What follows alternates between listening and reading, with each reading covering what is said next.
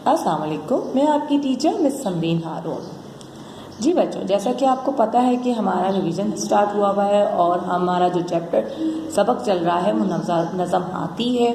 और नज़म हाथी के हम मुश्किल अल्फाज और सवाल जवाब याद कर चुके हैं। और आज हम क्या याद करने जा रहे हैं? जी हाँ, आज हम याद करने जा रहे हैं हाथी पर 4 या 5 जुमले। ठीक है, तो चलते हैं हम अपनी कॉपी की जानिब। जी बच्चों, तो जनाब मैंने कॉपी में आपको सारा काम कराया था कि हाथी पर 4 या 5 जुमले लिखिए और हाथी की तस्वीर बनाइए या लगाइए।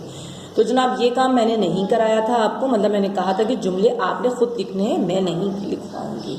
तो हर बच्चे ने मुख्तलिफ जुमले लिखे होंगे और मुख्तलिफ तरह की तस्वीर भी लगाई होगी अपनी कॉपी में इस तरह।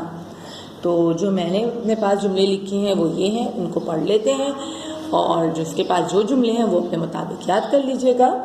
जैसा कि लिखा है, हाथी बहुत बड़ा जानवर होता है, इसके दांत भी बहुत बड़े होते हैं, वो अपनी सूंड से पानी पीता है।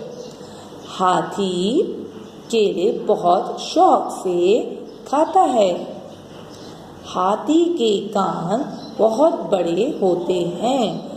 इसके अलावा आप ये भी लिख सकते हैं कि हाथी पर सवारी की जाती है।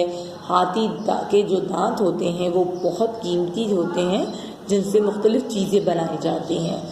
और हाथी शौक से केले, गन्ना, मूंगफली, बहुत कुछ और मज़ेदार चीज़ बड़े शौक से खाता है। ठीक है बच्चों, तो आज आपने क्या याद करना है?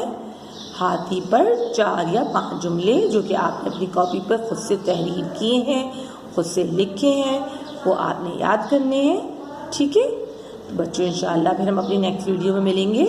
जब तक के लिए अल्लाह हाफ़िज़, अपना ख्याल रखिएगा।